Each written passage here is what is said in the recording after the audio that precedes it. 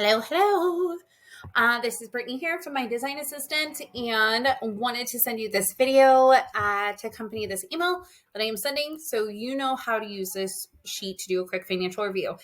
As I mentioned, I read Profit First. I started implementing some of the practices. I am not a financial advisor, cannot stress that enough. But just wanted to show you some of the tools that I had used because we get a lot of questions around how to know when you can start affording help or when you should start bringing somebody in. And I think this can provide a lot of clarity for the other rule followers like me or people who like having a guide to these types of things. So, excuse me. First of all, we're going to have this initial sheet. This is fixed monthly expenses. Now, these are only your reoccurring expenses that you see every single month. And so don't worry about capturing your miscellaneous items here, those kind of random charges that you're going to get. If there's a sudden bill that pops up or you have to pay taxes or something this month, like that's going to be captured somewhere else.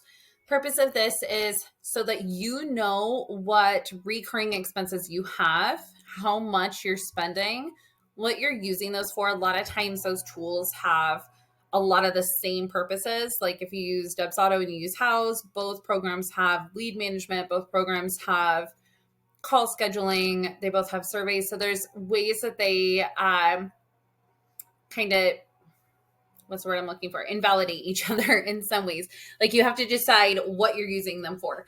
So then we have value to business. Is this high or low? If it's low, maybe we start working on like getting rid of that system or finding a way to move it out.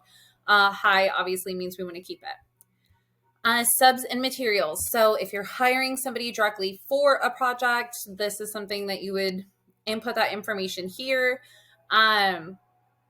Also, when you're doing furniture purchases and you're selling it to the client. So obviously you're not going to put every single item in here, but maybe just kind of group it by PO or something and the total that you're spending so that you have an accurate view of how much you're spending. Now, the value to business, especially for the contractors, do they bring a value? Do we want to start looking for somebody else? Like, what does that look like for you? Payroll operations, pretty straightforward. Who is it? How much you paying them? What's their role?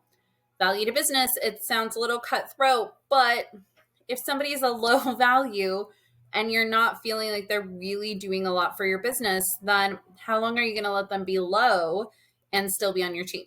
So it's kind of a good visual, since this is an internal document just for you to have that assessment with yourself.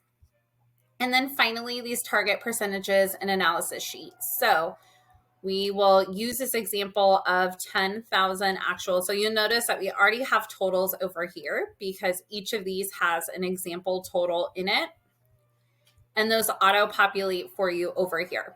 And then they pop into the sheet. So those miscellaneous expenses, example, if you have taxes and you're adding that in and they're whatever, I don't know, $500. So that's so low. But anyway, say this is for your sales tax. Then you'll notice that also auto-populates. So it gives you your total for your miscellaneous expenses, and then it auto-populates and adds it in down here. Or it should.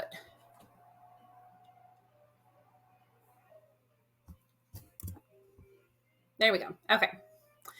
Yes, sorry, I was adding all these together in my head, so it didn't look right, but it is right because it will just add these two numbers and then whatever else is down here. So then you'll notice materials and subs, we had that at 500. So then that leaves your real revenue at 9,500. You'll notice here, according to the Profit First targets, it's already calculating for you. This is what the distribution according to Profit First would look like.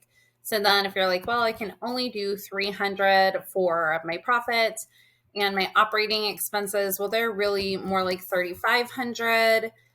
You can see how it starts to calculate to the side, meaning your operating expenses right now, they're higher than what you would want. So then you'd go over here and you say, our goal is to decrease these. Our taxes, well, those are lower than what we want because we're targeting this. It's supposed to be this. So we need to increase these. Owner's pay, lower. We want to increase. So it kind of gives you a target to work toward. I hope that helps. And please let me know if you have any feedback or questions, and have a great day.